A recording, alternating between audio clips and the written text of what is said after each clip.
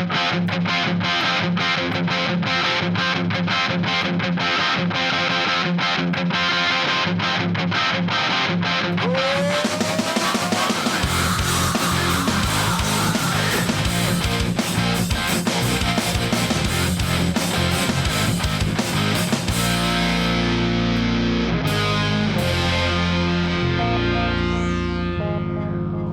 to another episode of Strength and Speed. I'm your special guest host, Michael Stefano. And again, I'm here with Evan, day 6. Evan, how are you feeling today? I'm feeling kind of rough right now, but the day started off, and it's been kind of like a crapshoot every morning when I get up if I'm going to be able to run. So my ankle was swollen this morning when I got up, so I wrapped some rock tape around it and kind of immobilized it a little bit. And once I started moving, I felt good. There was a little bit of concern today because when we looked at the weather forecast for Columbus, Ohio, there was a 100% chance of rain from something like 6 a.m. to 6 p.m. So I was like, all right, so pretty much every hour we were planning on running, it's going to be raining. Awful.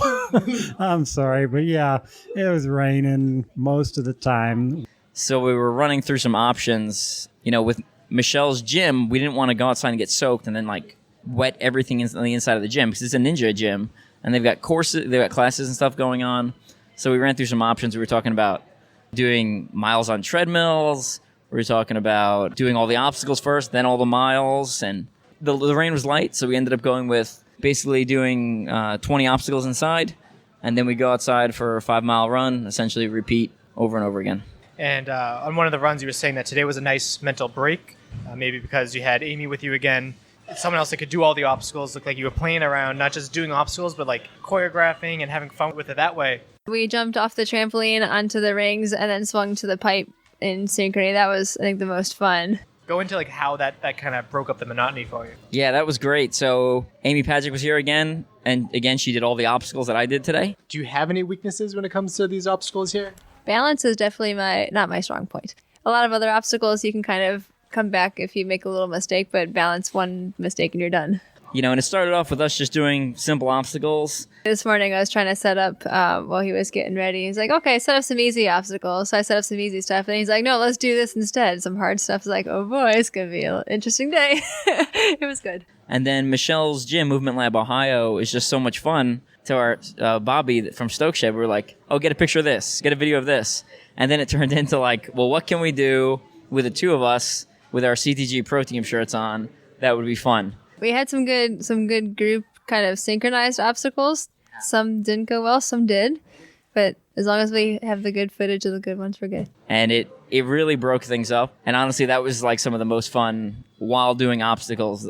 That was the most fun I've had while doing obstacles all week. If Bobby's previous videos are any indication as to how this episode's going to be, definitely look forward to this one. Very, very fun. And this is the first ninja gym that I've ever seen. How does it compare to ones that you've seen? Good. Very good. I've been here a couple times. It's a really nice gym. It's fun to... It's one of those places, if it was closer by, I'd have a lot of fun every day. Just get the membership and, come play, hurt myself, and forget how old I am. They're all a little bit different. Some of them are more kids-focused, some of them more adults-focused. I really like Michelle's. She has got a foam pit in the back, which I'm a huge fan of because I think it allows you to make those huge ballistic lache movements and really go for broke and not have to worry about landing awkwardly. So really like it, and a lot of stuff crammed into not the biggest space, but it has everything you need to train for Ninja Warrior. And we keep saying Michelle's name. Unfortunately, she couldn't make it out to cheer us on due to a family matter. But it was awesome meeting her dad. Who is Michelle, if people don't know who she is? So Michelle Warnky, she's on the Conquer the Gauntlet Pro Team. This is her second year on the team. She's been on Ninja Warrior 7 times. Has been to the Las Vegas finals 6 times. So she's pretty much, I'm going to say she's the best female ninja in the world. I'm sure some people would debate that, but no one that I know has been to the finals that many number of times as a female. I don't even know how many males have been to that finals that number of times. She's second woman in the world to get up the warped wall, second woman in the world to hit a city finals buzzer. So basically a legend in the sport, even though the sport's pretty young. Yeah, I admittedly don't have as much exposure to American Ninja Warrior, but it seems like a great show. A lot of people seem to like it. Why do you think this is the obstacle show that has been getting the most interaction by fans? It's short, it's fast-paced. You can watch people go through it, and they really sell the human interest drama, which I think is arguably, for better or for worse, personally, not to get into a Ninja Warrior tirade, but like I think they should just focus on the top athletes, and then you can find the human interest within those athletes, and it adds depth to them. I feel like Ninja Warrior looks for the human interest, and then just like throws people on the show. So some really good athletes I know, like Jay Flores has applied for a couple years and hasn't gotten his chance. He's just an example, right? There's hundreds of other ones that have been training very hard, and it's fast paced, and you can take it in real quick. You know, my sport's ultra OCR, but to be honest with you, like it is not super exciting to watch, which is why we segment 12 hours of footage into 3-minute clips that Bobby's been crushing all week. Absolutely. So let's get into that running portion. How was the weather for your run? You were worried about the rain. Was it as bad as you expected? Was it better? It actually wasn't too bad most of the time. If you only wait for perfect conditions to go for a run, you're not going to be running that often. So especially if you live in Ohio. So we'd start off, and it would usually be a light kind of mist. But then for some reason, by the end of every run, it was like legit raining. So, as long as you kept on moving, you could stay warm. On the second to last repeat, I was just moving really slow because my ankle was hurting and my hip flexors were starting to give out. The trail was nice, but every time you stepped off, socks, shoes, everything just got soaked. So that was kind of rough. But on the very last one, I basically walked the last 4 miles, dressed warmer, and luckily it had stopped raining, which I was very thankful for. The last bit took a lot of time. We were a little bit worried. It seemed like the beginning of the course was a nice loop. The streets were kind of tricky, but it wasn't as difficult as yesterday, right? Definitely not as difficult as yesterday. And it was nice to not have snow for once. We eventually found kind of like a business park that had a nice paved path. It was like about a mile long, and we basically did loops around that path. So it worked out well. Are you worried at all about this 7-hour drive? Misery or Missouri? No.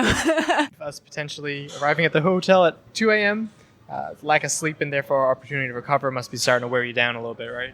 Yeah, I mean, today was the first time I felt like sleepy tired in the middle of the day. You know, like I would do a lap, you cut 5 miles and some obstacles, and then I'd get inside and I'd like physically be tired, like I was sleepy.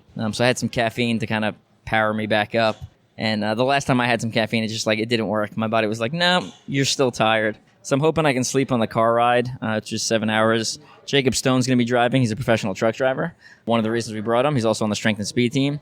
And we haven't talked about him much on the podcast, but he has been driving on every single leg so far. So while Mike, you've been editing and Bobby's been editing, Jacob's been driving. Absolutely. And also, in addition to driving, packing the car. It's an art. It's not something that I enjoy to do, and he has to do it frequently, so we definitely appreciate that as well. And now a big thing with Ultra OCR is you're alone with your thoughts often. Do you have a mantra that you have when things are getting really tough? Not really. I was just getting a little frustrated towards the end of the day because my body was not performing the way I wanted it to. So I was mad at my own body, which is weird because I was like, no, you're better than this. Like, actually run. And my body was just not responding to my brain's commands. So that was a little frustrating, but I usually don't use a mantra. I just kind of let my thoughts wander, and whatever it goes, it goes. You would tell some stories with some of the pacers to help pass the time. People get that all the time. But what do you think about during all these events? And it's like, I don't know. What do you think about when you're just sitting around? You know, it's the same thing, except my body is in a running motion. It's funny because I feel like a lot of people don't sit around. They're always watching TV. They're always doing something to occupy their minds. And I think that's the scariest thing about ultra running is you're alone with your thoughts. You got some demons that are going to come out after you, right? Yeah, they could. Absolutely. I don't know. I think I stay pretty positive in my head most of the time. There's nothing I can tell him. You know, he's in that mindset of just getting it done now, and so he's doing a great job. Happy to be a part of this. Like it was a lot of fun, and if he ever decides to do it again, when he does. When he decides to do it again, in 2 weeks when he forgets how much pain this was, and he's like, you know what, let's go ahead and schedule that again. I'll come out and pace him some more. You know, they're rough patches just like anything else. I saw that he needed someone out there with him just to, help motivate. So I thought, I like to do it, and I just wanted to be out there with him. And today was mostly highs, and the ends was kind of lows. But, every day has been like that, where there's a couple of rough patches, a couple of bright patches. I would say today had more bright than rough. And, I'm just glad to be in the home stretch. I mean, I can feel my house in Kansas City waiting for me. I know it's a struggle now, but in the home stretch, I know he's going to do it.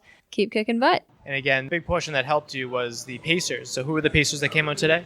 We had Tim there. Tim Connor from North Ridgeville, Ohio, and I just wanted to run. Now, one of Amy Padgett's friends. He did a bunch of miles with me. Yesterday, I think I got about 12 to 15. How many did you get today?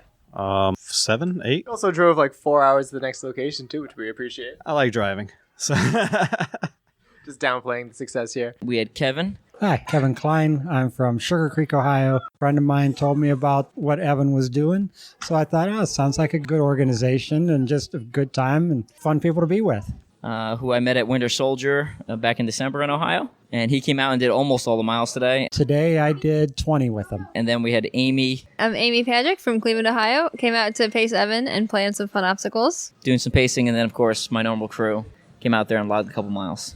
Now we're planning to do something a little bit different tomorrow with a live Q&A. We're thinking tomorrow around noon. Where can people find that? We'll do it on my personal Facebook page. So Evan Preparis will do Q&A. It'll be noon Central Time. So it'll be 1 p.m. Eastern Time. I did not think about that because we're going to be gaining an hour driving from here to Missouri. That should be a little bit of a push in our favor, right?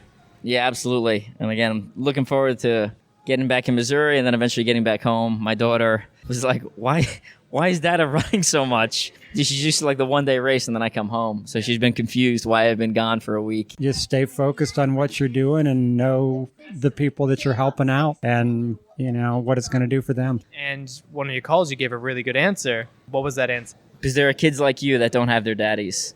So I'm doing that for them.